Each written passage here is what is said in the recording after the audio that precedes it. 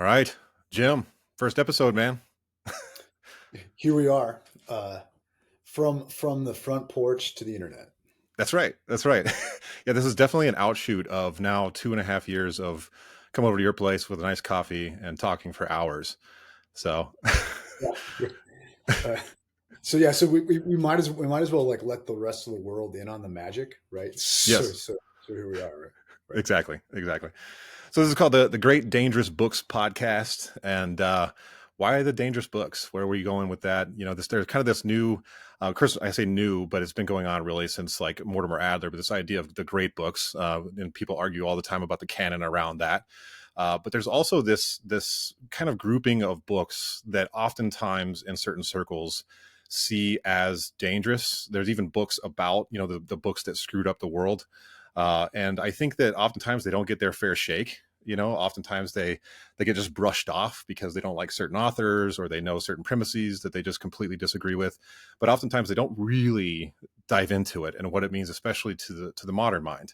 And so that's part of what we've been talking about on the front porch is like, who's going to give them their fair shake and who's really going to offer the opportunity to dive into these, especially for people that don't have the opportunity to sit down and listen to people, really teach it well. Sort of like we've talked about before, the liberal arts tradition or the liberal arts that the man's trying to keep away. Right. That's So, right. We're, yeah, we're trying to give you the liberal education the man does not want you to have, that's right? right. Which for me, um, as like a Gen Xer who was largely educated by like unreconstructed boomer radicals, right? The good Yes. kind. That's what I thought liberal arts was about learning the ideas you needed to stick it to the man, right? Exactly. Um, I'm glad to be back. Exactly. Yeah, there's definitely sort of like a rebelliousness to it, but it's so funny because growing up, some of these names were just ones you weren't even really supposed to read or weren't worth your time. Because I grew up pretty conservative, and so, but then I go through a doctorate program and realize like, wait a minute, there's awesome nuggets in a lot of these, and there's some really deep truths about the human person that are being ignored because they're being thrown out with the bathwater, right? And so I just think that they're dangerous in the sense that the liberal arts are supposed to liberate the mind, and in a lot of ways that's what these books do in a big way. But oftentimes, again, they're just the ones that kind of get ignored. Yeah, So we want to dive into those. But what makes a book dangerous? yeah. What is it Yeah, about it? real quick point, riffing on something you said earlier, Jared. Um, the This idea that there are books that ruin the world, okay, really begs the question about what actually runs history. Okay, which Yeah, is one of the dangerous ideas we'll probably talk about yeah, for many times. sure. So, is it that these books ruin the world, quote unquote? Or are these books just simply expressions of or reports on a ruined world, right? Yeah. Because it's not as if one day Immanuel Kant sat down and said, "I want to ruin Western civilization," right? And that's not it at all, right? And there was something happened that had to be dealt with in a historical moment, and Hmm. it's not as if any of this happened by design. Right? And in a Yeah. lot of ways, what they're doing is they're trying to, to their mind, save a world, right? Yes. Yeah, or maybe even convey some of the things that are underlying dangers that we're trying to ignore. Yeah, yeah, Right. that's going to be Where reason important. can take us, it can sometimes be scary. Yeah, And I think today's essay that we'll talk about here in a second, it really dives into that extremely yeah, well. yeah. But to kind But of I want, stick on the idea of like, what is a dangerous yeah, book? or maybe let's kind of go like what are different attitudes we could have towards a dangerous book, and then I think we'll see the essay by Freud we're going to discuss really explains to us what a dangerous book is. Hmm. Okay, so a lot of times when you hear people talk about dangerous books or dangerous great books, there's this what I call like a hygienic view about it, which is this the idea that ideas are like viruses, or ideas are like certain ideas are like germs, and if you get exposed to these bad ideas, they're going to infect you, and it's dangerous because it's going to ruin your mind or something like that. And so then there's this attitude that then there's certain books that people need to be protected from, that they should Hmm. not be a part of the canon, they should not be a part of the curriculum, they should not be read, except, and this is one of my worries about it, except by a certain elite who have to know the real score, right? Hmm. So there's this kind of esoteric elitism built into that. And I see that that's a recipe for just studied ignorance. Like Mm-hmm. we're gonna have a hygienic view about our reading list, and then thereby exclude certain things entirely. Okay, Mm-hmm. so I think that's something we should avoid, right? So not putting ourselves in that kind of being the sort of vassals of an educated elite who have read all the books and know the dangerous ideas. Uh, if we're not going to like fall into that, then we ourselves have to know these things. Right. Yes. Right. Another thing that you hear a lot too is, what I'll call this sort of apologetic view. And I hear this all the time. I'm sure you have too. Well, you'll have someone, hear you're teaching something or you're reading something, you're working on something, and the reply will be, it's great to read those sorts of things because we need to be able to explain where the moderns go wrong, or like we should understand that so we can refute it. Okay. And that to me is that too is sort of a recipe to not become educated, right? Mm-hmm. That like I honestly think you can't really understand a book unless you're open to having your mind changed by it, Yes. because otherwise you're making the book speak to you on your terms, not you're trying to understand the book on its terms, which means you're never really getting it. So if you're going into it saying, well, I know this is on the bad list, so I need to look for where it goes wrong, you'll never really hear what's being said. Okay, Yes. so I think that attitude of like, well, we should read these things so that we have the tools to combat them is essentially a recipe to misunderstand. And I think it creates a cognitive bias, right? It creates a lens by which you read these things so that you've already got the premise in your mind that this person is incorrect based on your current commitments. And so you're not willing to potentially change your mind depending on the arguments that are offered. And to me, that goes against even the Thomistic tradition, which is to steelman your opponent's arguments. Like I need to understand your arguments so well that potentially I even could have changed my mind if we come down to the disagreement, even Right. if Thomas Aquinas didn't always necessarily potentially change his mind, but it Yeah. was willing to dive into it with an openness as opposed to like that biased lens. Yeah. Well, and even using Thomas as an example, we're only reading the results of the inquiry. We don't know how That's many right. times his mind was changed. Right. We That's right. really don't know. We're reading, very, very carefully curated results of inquiry, not the process. Right. Yes. Okay, so finally, like what I like to talk about is what I'm going to call a sympathetic view, and I'm playing on something that Freud says in the essay we're going to discuss today. This is quoting Freud from A Difficulty in the Path of Psychoanalysis. He says, "Where sympathy is lacking, understanding will not come very easily." Okay, where sympathy is lacking, understanding will not come very easily. And interestingly, that reminds me of Anselm's faith-seeking understanding. Mm-hmm. Okay, so what does Anselm say? Is like he doesn't see his faith is getting in the way of his seeking understanding for things, because it opens him up in a certain way. Okay, well, I think in strange bedfellows here, but I think Freud is actually saying something interestingly similar here, in that if I'm not granting to the author I'm reading like some sort of assumption of rationality, some sympathy for what they're trying to do, I am probably not going to understand them. Mm-hmm. And I think that's the important thing is I need to be able to understand these things on their own terms if I'm going to come to any rational assessment whatsoever, for or against. Yeah, I think that plays really well. I've always loved Adler's use of the great conversation when it comes to all of this, that Yeah. even in interpersonal dialogue, like if you and I are having a conversation, I'm going to be sympathetic to your view because I understand you're a rational person. We've had multiple conversations about a lot of these ideas. And so whenever you come to me with a certain argument or a certain premise, I need to give you the benefit of the doubt first before I automatically start doubting what you say. You can't really have interpersonal dialogue if you're automatically going to doubt what the person says based off Exactly. some kind of, Yeah. esoteric understanding of knowledge. Right. Yeah. And I think this will play into the essay for today. We right now, whatever our dispositions are, philosophically, religiously, politically, we don't have the luxury of being able to like ignore anything now. I mean Mm. that something's happened, right? And we don't have the luxury of not confronting something deeply contrary to whatever our intuitions are anymore. Like whatever your disposition is, that there are others around now, right? That there Yes. is not. a cultural, philosophical, literary, like uniform, a hegemony or something. disposition that you can Yeah. count on, right? Yeah. And so you're going to have to whatever your views are, you're going to have to confront things that are dangerous to those views, that are contrary to those views. And if we can't enact this with a kind of sympathy, a kind of willingness to understand, we're essentially going to, just fuel this kind of post-truth thing that we're Mm-hmm. like living with right now.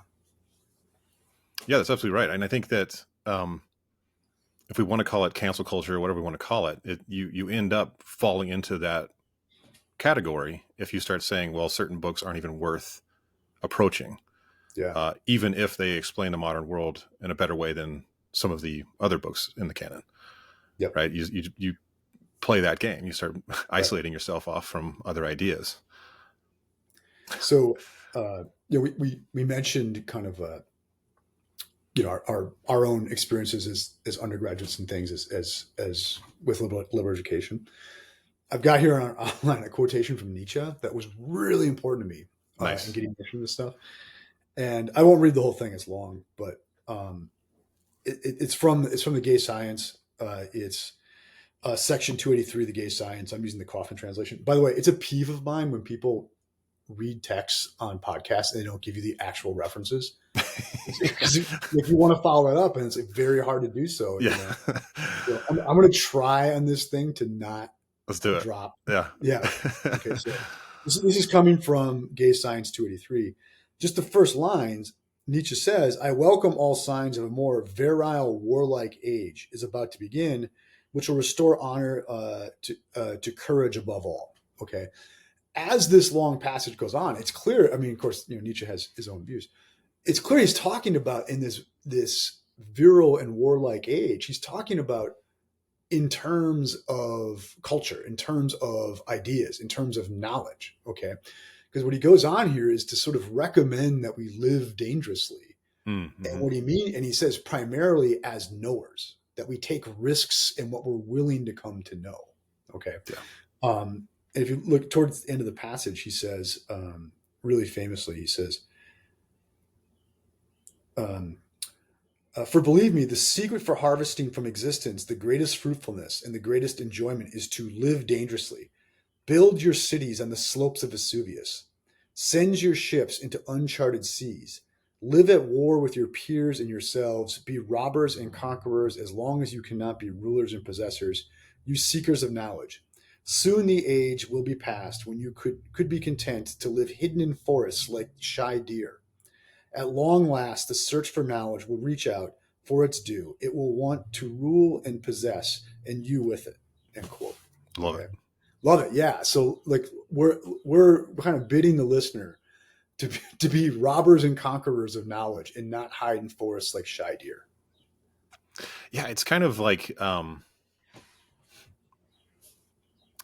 have the confidence to know that when you go into that, it's okay to confront these dangers. Yeah. Yeah. And that the sort of like beat your chest along the way and realize like the human mind can take these things on, even if ultimately you might disagree with some of the views or some of the premises that are offered.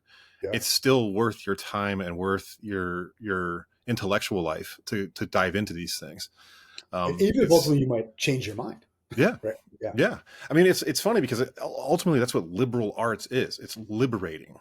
Right. And so if if you go into it with an attitude of, I'm not going to read anything that might change my mind or disagrees with my worldview, I wouldn't argue that that's liberating then, Right. Yep. Then you are a shy deer hiding in the forest. Exactly. And if there's one thing, if you know Jared and me, this is not what we want. Exactly. Yeah. Well, awesome, man. Yeah. I think that's a great way to kind of set up what we're doing here. Yeah. I think that the idea of great dangerous books, everything we're going to be doing here is a lot of fun, but we're also going to be diving into some deep topics. And today we've got a great essay to get us started for our first episode. And I don't know if you want to kind of give an intro to it. Maybe it's methodologically bad that we've called the podcast The Great Dangerous Books, but we're starting out with an essay. Okay. So, yeah, exactly. there'll probably be a lot of essays in Yes. this series. Yeah. Yeah, I figure we're going to have a lot of essays, literary works. I mean, we're going to have, eventually maybe even talk some movies. I think I that was how going to say, movies talk to these ideas, I think that would be great. So it's really a lot about ideas. But Great Dangerous Books just flows off the tongue really well. yeah, So it does. It does. Yeah. Cool. All right. So should we let's do head it. towards Freud then? Okay. So the essay that we selected um, is it's a well known essay by Freud, but it's actually kind of hard to find. And Jared and I had to use a crummy PDF I found on the internet because we have like rather truncated library access here, such that we don't have the standard edition of Freud. Yeah. But be that as it may, it's called "The Difficulty in the Path of Psychoanalysis" by Freud. He wrote it in 1917, which is kind of high middle period for Freud. Like in 1920, he has kind of a theoretical break, or that's where the notion of death drive is introduced in Freud. I don't need to go into that now, but so this is sort of like being written in that high water mark of the early to middle period in Freud, right? And it's both a really good it's a summary of psychoanalysis, and he introduces this notion of what he calls these three blows to human narcissism or human pride, that he thinks, like it or not, we have to live with these now. And I think, as we'll see as we talk, maybe we can see like this is a way of thinking of what a dangerous book is it's something entertaining this kind of blow to human narcissism. Yeah, and I love that. I don't know if you want to go deeper into kind of the background of where he's coming from there, but I love that in the very first sentence. So I'm just going to read it if I can. Yeah. So I'll say at once that it is not intellectual difficulty that I'm thinking of. So when we're talking about a difficulty in the path, he's not talking about just an intellectual difficulty here. Not anything that makes psychoanalysis hard for the hearer or the reader to understand, but an affective one. Something that alienates the feelings of those who come into contact with it. I really thought that was very interesting because most often when it comes to psychoanalysis, we immediately think of the idea of the mind in regard to like the head. But even in your works, Jim, talking about the idea of mind is much bigger than what we're talking about, what just goes on in the brain. It's a big part of it. Right. But he's talking about what goes on in the heart and what goes on in your feelings about a certain idea. And so when he's talking about the idea of like self-love or narcissism, how we feel about ourselves is a big part of it. Much less so, or much more so than the intellectual side of how we think about ourselves. And there's a sophisticated analogy that Freud's playing with there and we have to remember, like, Freud was sort of the victim of the cancel culture of his era. So he said some very impolite things about human nature and our relationship with sexuality that are almost hackneyed to us now, but at the time where no one had really pressed the envelope in this way. And so he's saying, so he sees in his clinical experience, people resist the clinical process, the therapeutic process, because they don't like the revelation about themselves that's coming out of this. Right. So that, like, as he's plumbing the depths of the unconscious, and we won't get into his arguments for thinking there is an unconscious maybe today, but that will, I'm certain, I bet we do interpretation of dreams at some point, right? But as he's like plumbing the depths of their unconscious and he's revealing things in their unconscious that are rather unflattering by conventional standards, people begin to resist the therapeutic process. They drop out, they become combative, et cetera, et cetera. Well, he's saying likewise, as psychoanalysis has, sort of become public and he's lecturing about it, there's a resistance to the revelation that it makes about human nature. So like sort of an as well above, so below sort of thing for Freud here. Like what he's seen in the individual, in the clinic, he's seen at large culturally in this kind of resistance. In both cases, there's a resistance to something unflattering to our narcissistic ego. I think all of us can relate to that, right? Because all of us will get, and we'll probably get into Jung's idea of shadow work, but we really struggle with certain aspects of how we effectively react to certain things.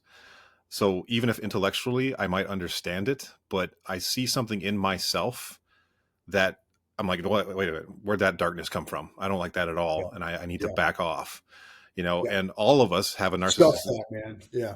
Yeah, It's because exactly.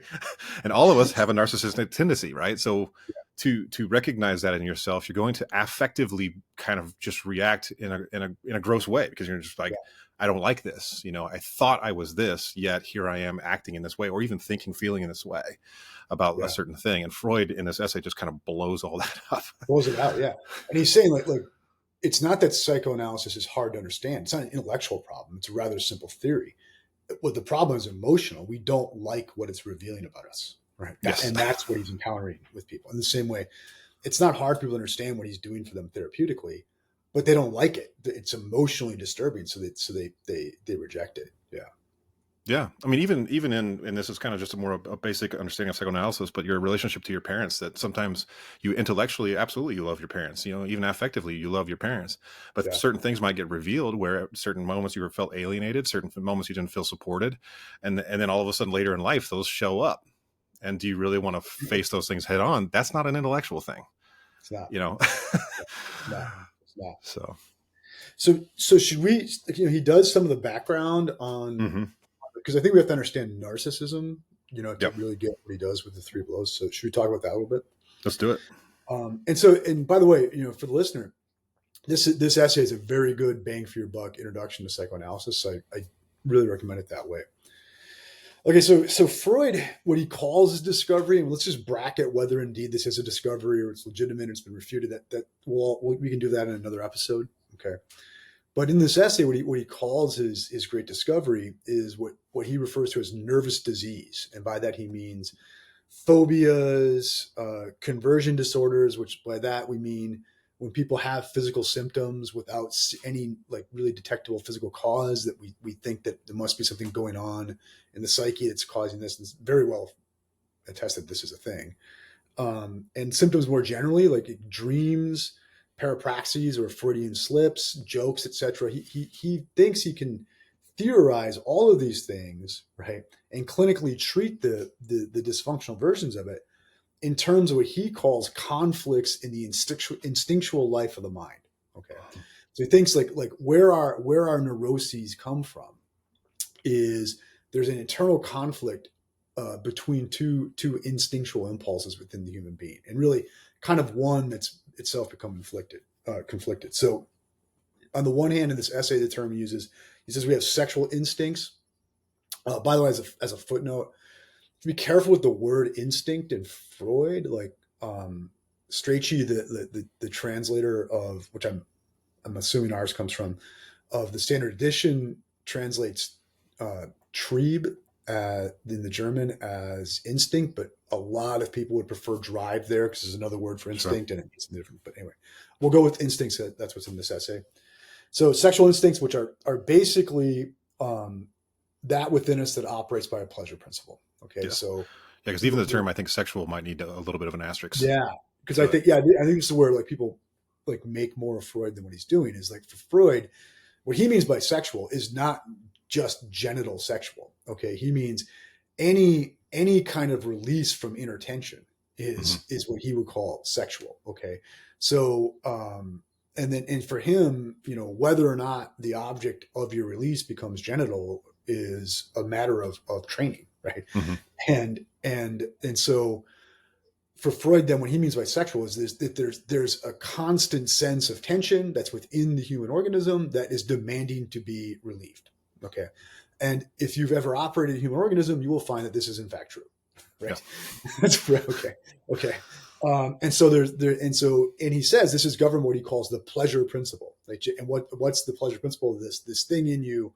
It's feeling out of balance. It's feeling out of whack. It's feeling in tension and it just wants release. Okay. On the other hand, there's what he calls here the ego instincts. Okay.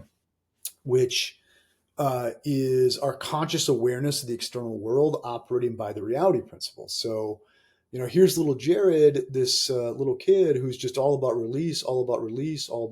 And then he meets dad, right? And dad's like, no, damn it, right? You don't get that. Okay. Get out of your mom's lap and go outside and play. Yeah. And so what's happened now is like a reality is smacked up against you and you realize, implicitly that you can't just get all the release you want. You're going to have to like game with the external world. Okay. And so you're going to have to operate not just by the pleasure principle, but you're going to have to like mediate that through this reality principle. Okay. And so the thing here to note is when these things can come into conflict now. So there's things that you want, there's things that the pleasure principle demands that you don't get. Okay, so then this is going to have to be repressed. And like for Freud, he thinks of this always in terms of energy. So there's energy that once released, it gets repressed. Well, it's got to go somewhere. Okay. Mm-hmm. And it can go someplace constructive, what he calls sublimation, or it can go in someplace that's, not good, in which this is what neurosis is. So let's say, the young Jared is quite enamored with the young Jessica, but it's just not time for us to be married. And so he could deal with that by writing poetry, right? And he writes this lovely poetry about the beautiful Jessica. And then we all get the benefit of Jared's poetry. Or Jared could like completely stuff this and it comes out with a phobia about germs or what have you, like that. Mm-hmm. Okay, this is Freud's theory. Okay. And so as I always put it, like the libidinal energy is not going to like stay in the basement forever. Okay. Yeah. Now, what narcissism is when the libidinal energy all gets focused on the ego. Okay. So like the thing that you love now, right, is yourself. Yeah. Okay. And it's low risk because like dad doesn't get in the way of that. Right. Yeah. And so now you're able to enclose yourself in a fantasy about yourself. Okay. And this is really what childhood is. Like kids just make up a reality that fits what is most convenient to them. Right. Think of how hard it is to like get your kids to understand when they're lying. Mm-hmm. They do not have a distinction. Right. Like, yes. Or to apologize. Yeah. That's just how I want the world to be. Right. Yeah. And so Freud, this is the analogy for the essays. Freud thinks like the fundamental like process from childhood to adulthood is to wake up to the narcissistic fantasy, is to realize this world you're fantasizing around yourself that is like completely convenient for your self ego conception is not reality. And you're going to have to operate by the reality principle. Like there's something greater than you, the world, that is going to correct you. Right. Yes. And a healthy person can like leave behind these narcissistic fantasies and live in the real. Yeah. Yes. There's a line in here that he says, this is right after he talks about Narcissus or the Greek legend, where he says, for complete health, it is essential that the libido should not lose this full mobility. So the kind of ability to recognize the egotistic tendencies within us, but then to take them into the real world and healthily live out the libidinal instinct without repressing aspects of what the ego potentially desires, just doing it in a healthy channel, right? And one result of the repression can be that is this self-obsessed fantasy of narcissism. Yes. Yeah. Right. Yeah. Well, I couldn't help but think about, it's probably because I just watched it like a couple months ago, the show called Mind Hunters. And it's the beginning of using some of these Freudian principles of psychoanalysis on serial killers. Now, these are like extreme examples, right? So not everybody's going to end up a serial killer, but a lot of it comes from a repressed sense of the libidinal instinct. And oftentimes it comes out in an actual sexual violent way because they need the power, they need the release, and they see that as the opportunity. And so again, very, extreme example. But to me, that's the prime top kind of like, this is what happens when it gets repressed way too much. You end up with now a serious problem or neuroses. Yeah. And like, there's two ways to go wrong. There's too much repression where there is no healthy expression. So like, like let's say, Jared's in love with Jessica and like, man, the time is not right, son, not yet. And then you write your poems like, well, no, you don't write those dirty poems, right? So like there's no place the libido would go. So it's going to come out in some bad way. This is for you. Okay.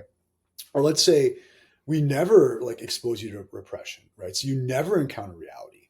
Then you're in the narcissistic fantasy. You're living in a fantasy, right? So like in a lot of ways you could see, okay, so on the one extreme, you've got like the over repression leading to like your serial killer. Like there's no constructive expression of sexuality, therefore it's going to come out in like the most vile way possible, right?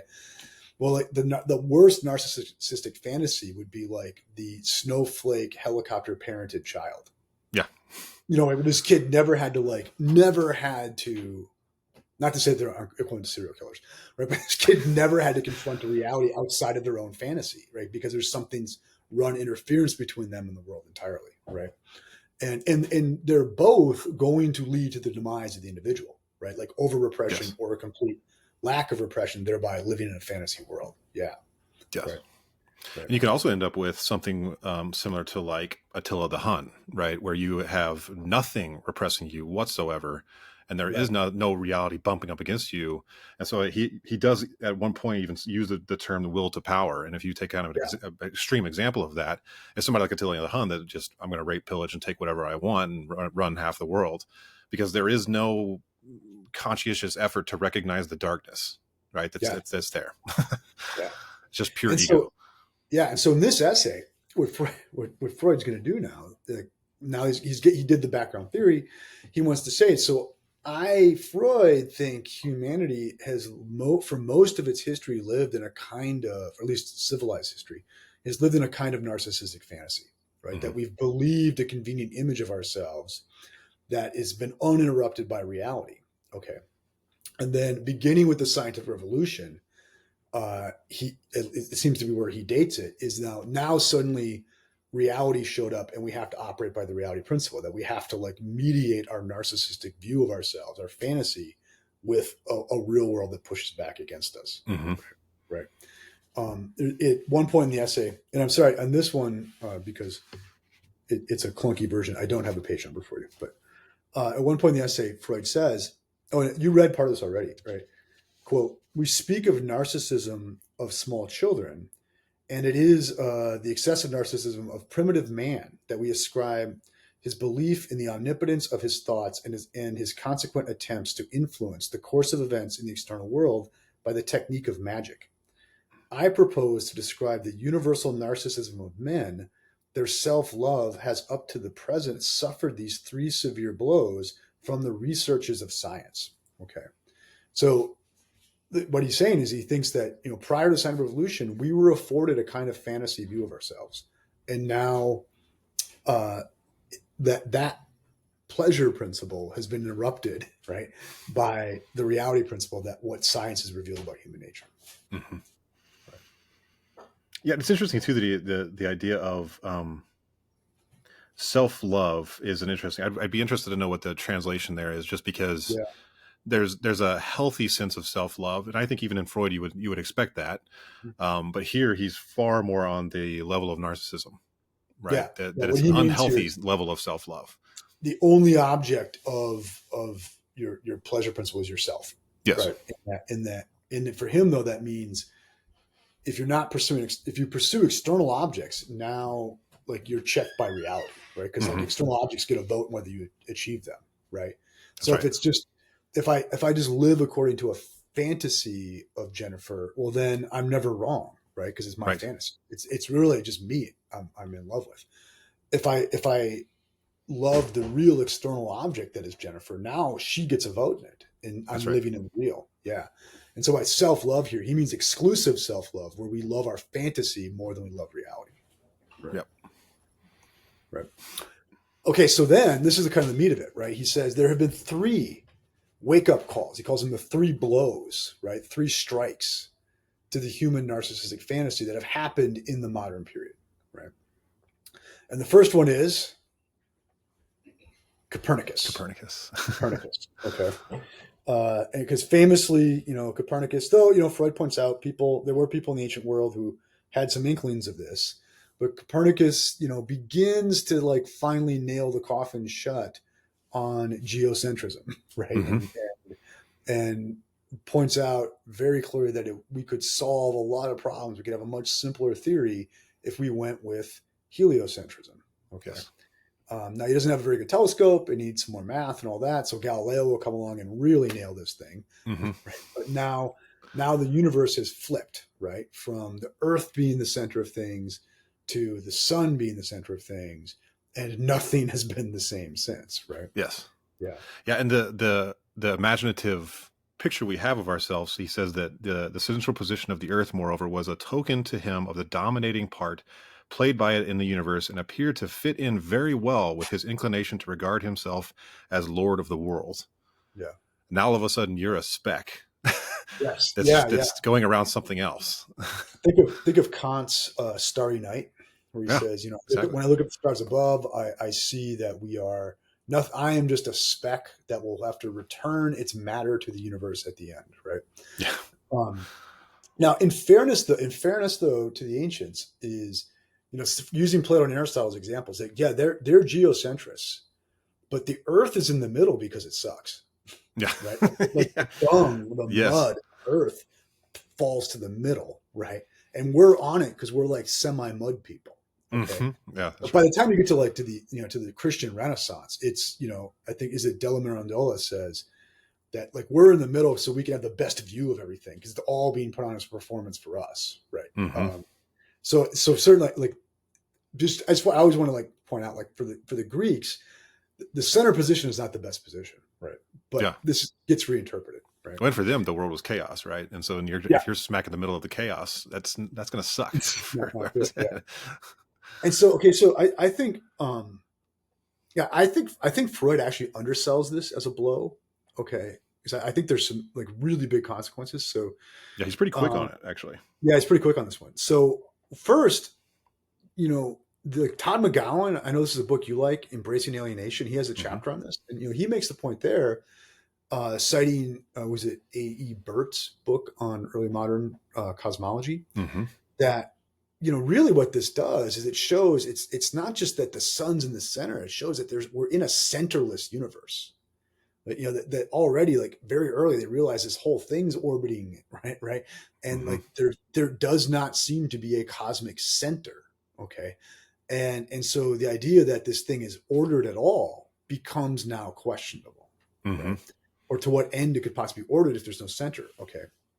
I think this is my own take, uh, is I don't think we can underestimate the epistemic blow that this paid to us. That I mean, nothing could be more obvious to the senses that I'm pointing east, right? That thing comes up over there, and if I stood here all day, I would watch it go around and Hmm. go down over there. I would be stationary, it would seem, and it would be in motion. Like nothing could be more obvious to the senses, and it turns out that is just simply wrong, Well, right? It's wrong, okay. And this is what I tell my students is imagine if tomorrow, because like right now for us, um, heliocentrism is common sense, hmm. and geocentrism would be out there, right? Though I'm sure Young Earth creation, or the flat Earth folks are still flat Earth, I'm doing sure their you can things. find it on Twitter, yeah.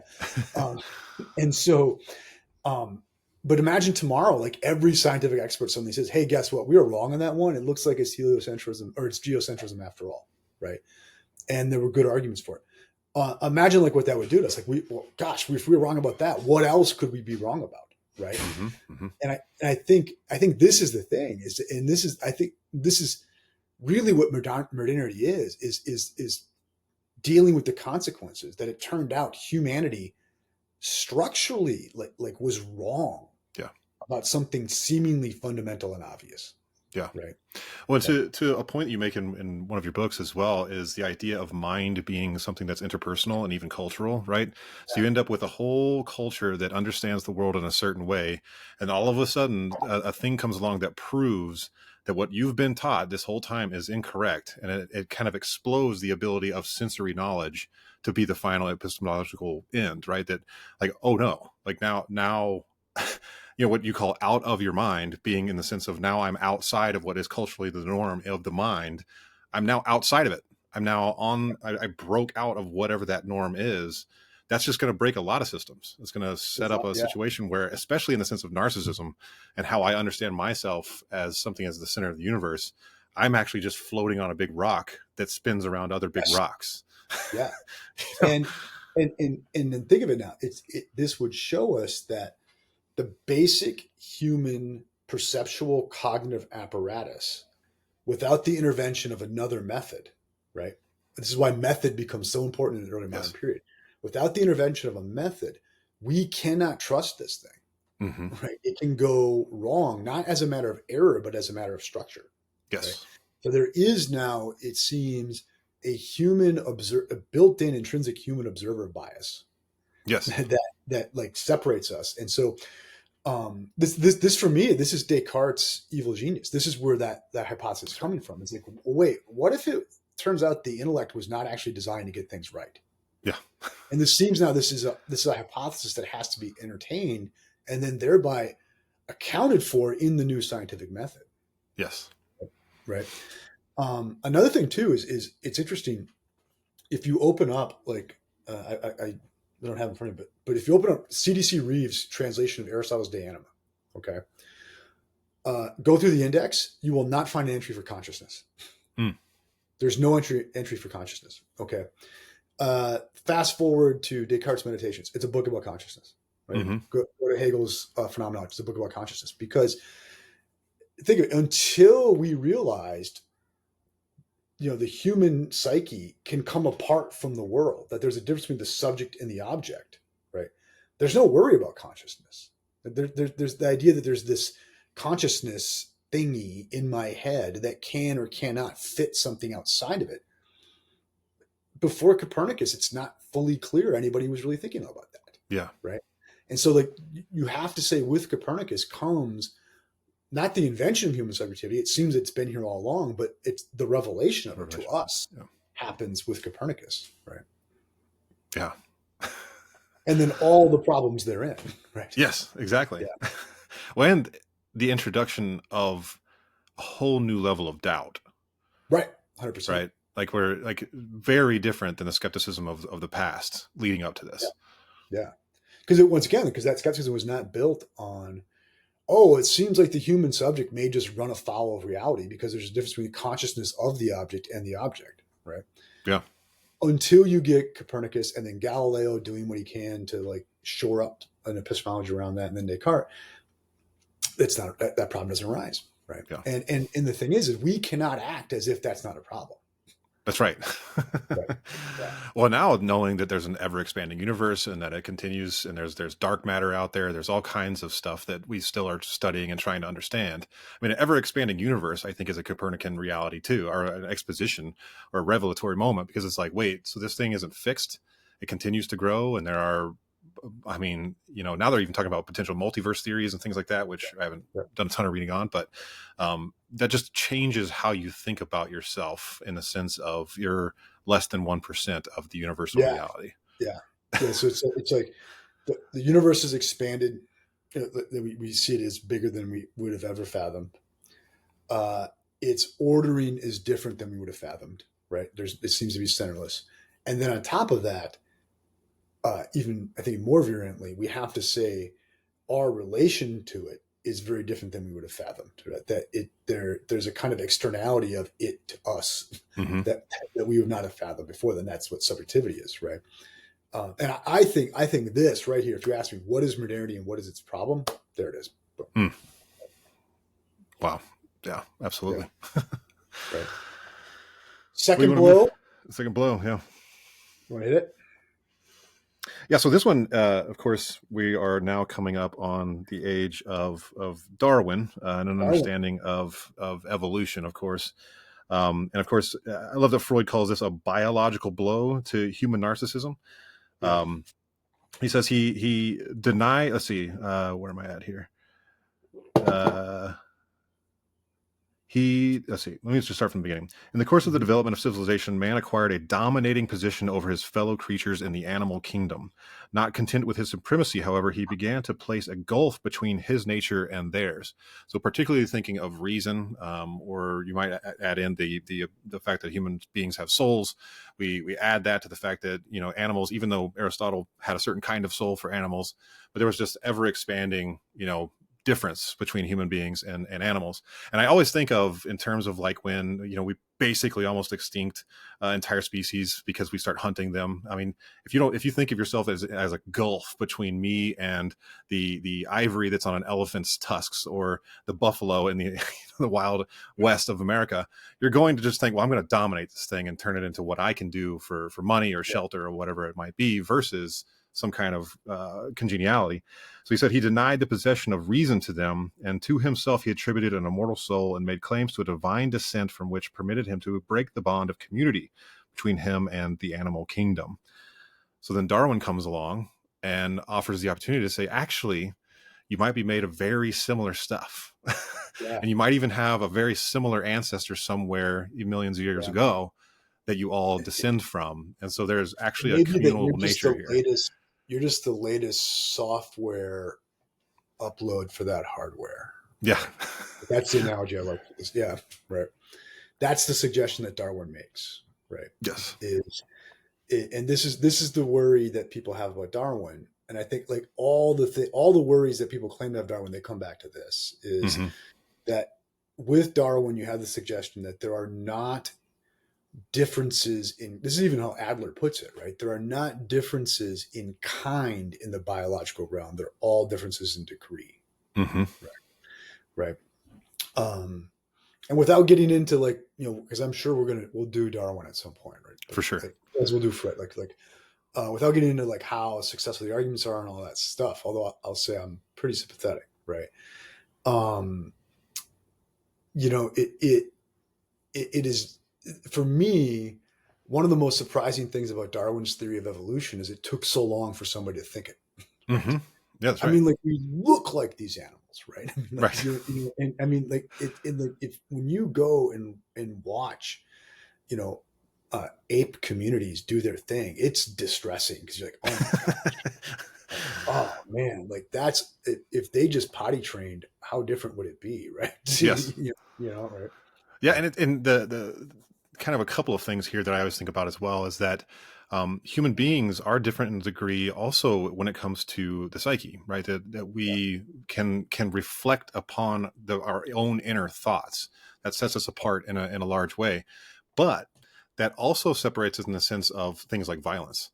So, like if someone was to come hurt my family and then move to the other side of the country, and I have this desire of revenge that I'm willing to go through whatever it takes, blood, sweat, and tears, to go find that person and murder them, you're probably not going to find that in an ape community.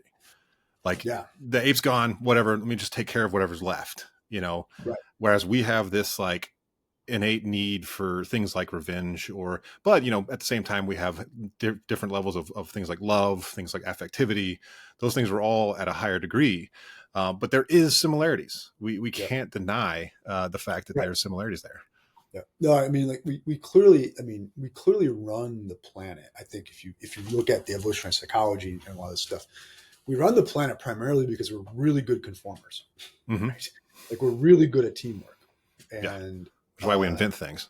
That's why we invent things. That we were. It seems like we got ahead because we could like give people different tasks and expect them all to show up with the project done, and then we were like pretty good at team killing, right? I mean, that seems right. And so so then that does mean paradoxically that there is a kind of empathy that humans have for each other that other apes probably do not have, right? But then it also means we have an incredible capacity for violence too, right? Yes. Right. And kind of going back closer to like what Freud's doing here is the way I think of it is Hume needs Darwin. Okay. So like Hume's naturalism really, really needs Darwinism because Hume ends up saying, yeah, we don't need a transcendent account for all these things. In fact, we can't have it. And he ends up saying, well, they're there because they work. Right. Yeah. And then there's a kind of a question for Hume. Well, how did it get off the ground then? Yeah. Right. And I think this is why people like Dawkins, who are kind of in that broadly scientific British, agnostic atheist tradition, will say, you couldn't be an intellectually satisfied atheist until you had Darwin, right? Because I do think Hume needs Darwin. Like Hume needs this kind of a way to explain his pragmatism, like how the system got put in place in the first place. And with Darwin, you're starting to get something like that account. Yeah. Yeah. I see this as if the first one is epistemological, this one's moral. As more of a moral break, because then it seems to me like, well, what are the things holding us to a moral code? If it's a communal thing, well, then now you end up with like Kant's social agreement, right? Or you end up with something that like, well, it just works, therefore we got to figure it out. But if we're differing in degrees, and this is where I do think the kind of Christian concept of morality holds us to a higher standard, that there's a dignity to the human person. Even if we are differing in degrees from the other animals on the earth, that there's a dignity there that requires a certain level of moral codependence, really is what it is. No, I mean, if indeed the best we can do is to like read an ethic and I mean that both descriptively and prescriptively. Like we Hmm. can't have higher expectations for ourselves beyond what we can account for in terms of evolutionary fitness, right? Then there's no reason to think that we could resist racism, sexism, the worst xenophobia, the worst hierarchical enslaving, That's right. practice. Yeah, you know what I mean. Now, I think though, there's a false dichotomy operative here in that on all sides of this issue is that somehow, if you're going to say like certain basic human social structures came online through a natural process, then that thereby exhausts our possibilities there. Right. You know what I mean? Yeah. Like I think both sides of these debates tend to fall into a sort of supernaturalism. It's either like completely reductive or it's utterly supernatural, Yep. right? And not that, yeah, it seems like you could get smart by other means that then your intelligence outstrips those means or something like that, right? That's right. Right. Yeah. And I think part of it is similar to the beginning of this essay where he says it's not always intellectual. A lot of times it's affectual. So you have an affectivity towards someone of a different race, someone of a different creed, someone of a different country, because they're another human being. That's not an intellectual argument. That's me saying like, well, I don't want to hurt this person just because they're different than me. Right. That has much more to do with affectivity as opposed to intellect. Right. Right. Okay. Should we do the third blow? Let's do it. Okay. So Freud calls this the psychological blow because basically he credits himself with it. Okay. So, right. As a lot of great thinkers do. Yeah, exactly. Well, we'll get into Heidegger at some point. We'll talk about yeah, exactly. Yeah. Like if yeah, Heidegger. Yeah.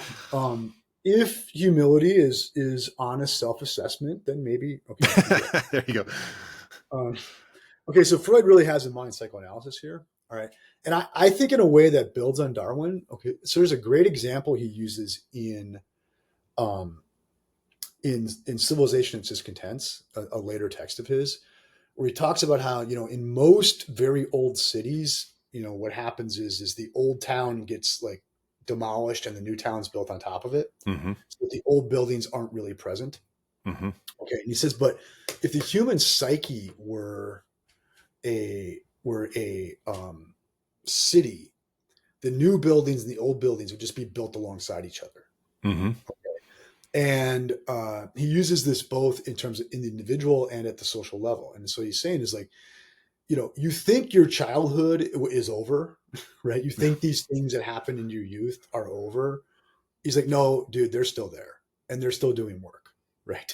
Whether you know it or not, they're still there and they're still doing work. Okay. Mm-hmm. But moreover, he's saying if it's been in the human, capital H, human psyche, it's still around. Okay.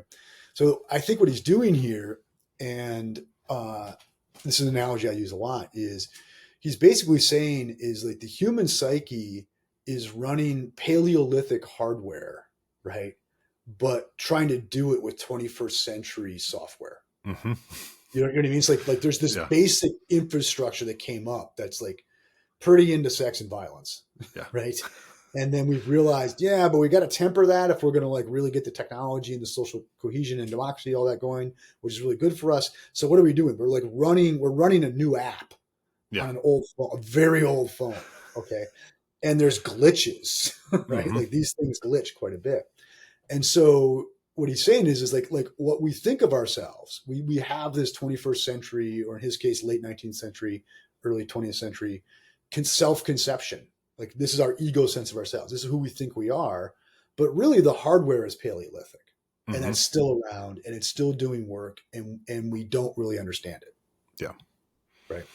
Which I also think is a bit of a nod to all of the other minds that have come along. I think that it's a respect for the fact, because oftentimes we end up with this like sort of like modern egotism that we've got it all figured out. And he's sitting there going, you still kind of operate on some hardware that's pretty damn old, and pretty so old. You need to kind of check that ego just a little bit. Yeah. Well, and he'll say, like, you'll be, oh, hey, I'm not about sex and violence. I'm about the Kantian categorical imperative. And exactly. Freud's like, I don't know. Like, we get you on a couch and let's talk about your dreams, right? Exactly. Okay, right. Why that dream, right? What's actually going on in there? Well, it's like you're running the same old, Commodore 64 DOS package that the rest of us are in the background there. Exactly. Right. And I think, like, for Freud, this is an assault on, like, the Socratic, commitment that the unexamined life isn't worth living, Hmm. right? Or maybe actually it's finally to fulfill that demand. And, like, this claim, know thyself, know thyself. Well, Freud's like, yeah, well, we've been talking about the self in terms of its narcissistic ego presentation of it, right? Like, what do we want to think of ourselves?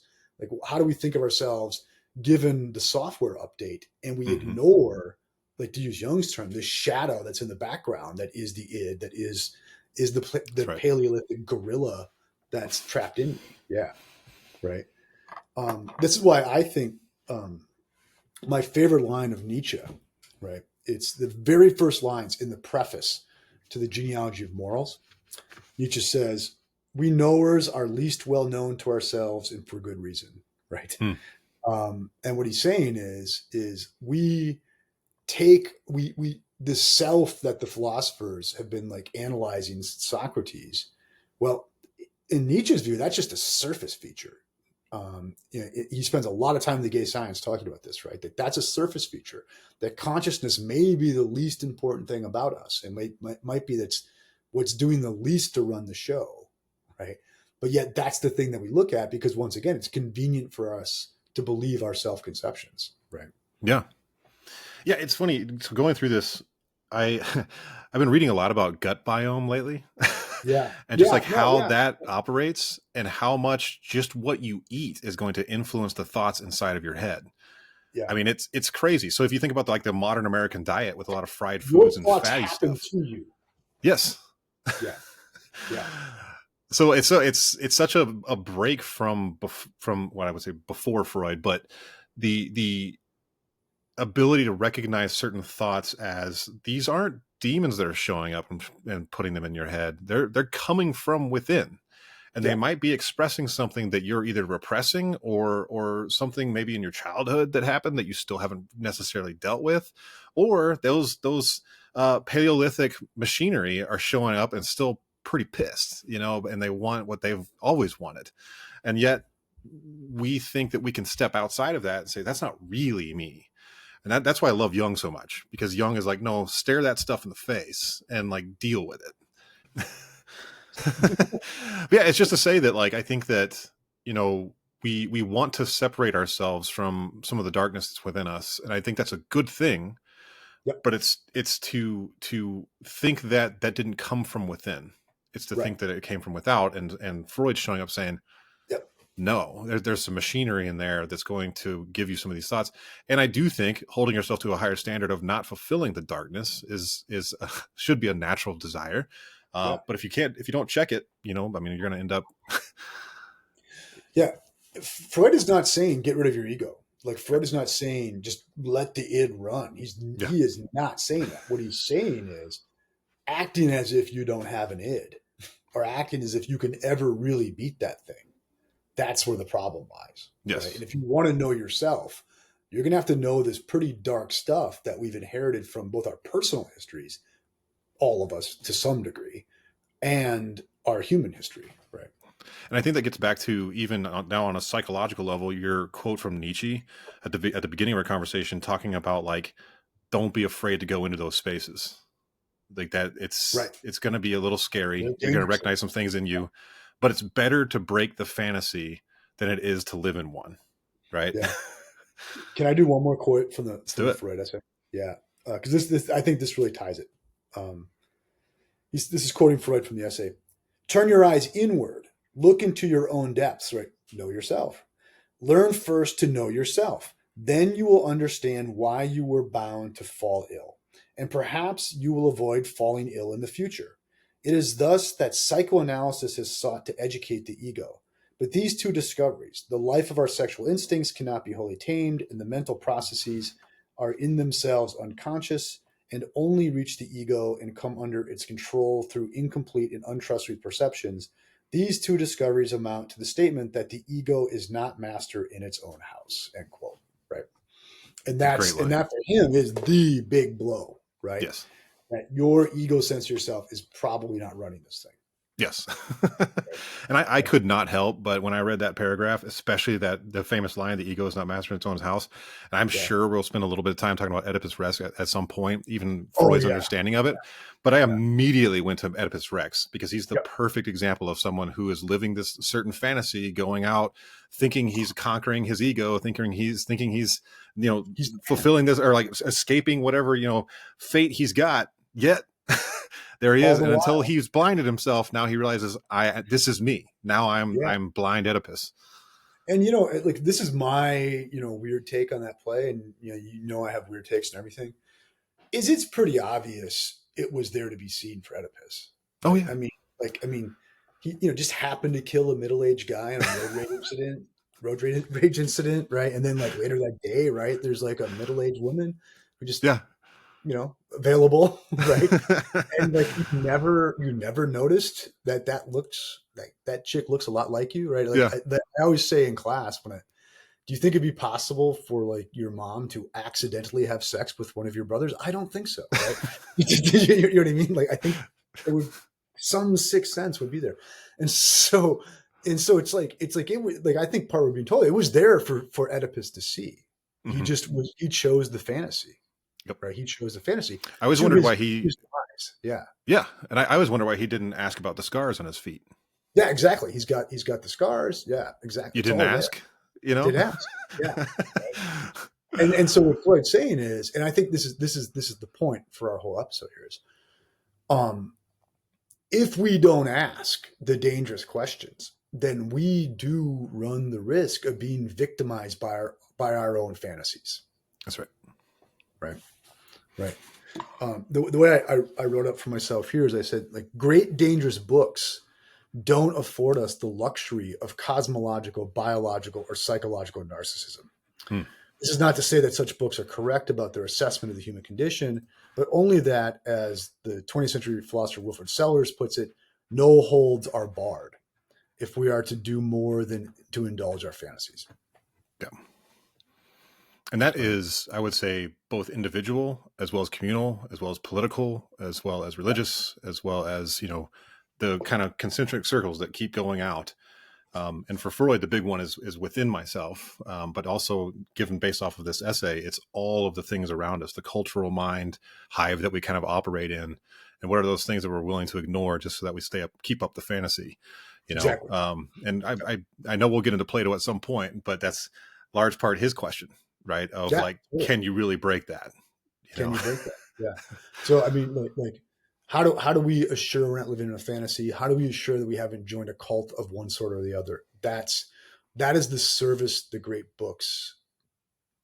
dangerous books do for us, right? Because they're all, I think we'll see, proposing to someone in some case that maybe there's more to things than meet the eye, and there's a serious risk in one way or another that we've fallen into some sort of collective dream state. That's right. And we want this podcast to be a bit of a guide, because we don't have all the answers, but at least point to somebody who might have some answers for some folks on, let's help break those fantasies. So we don't have the answers. We are not the cops. That's right. At the Great Dangerous Books podcast, right? Exactly.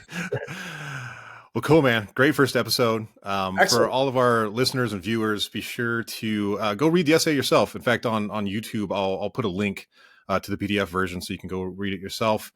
Be sure to subscribe to the podcast on YouTube, as well as any of your favorite podcast platforms. Comment on the video. Let us know what you think.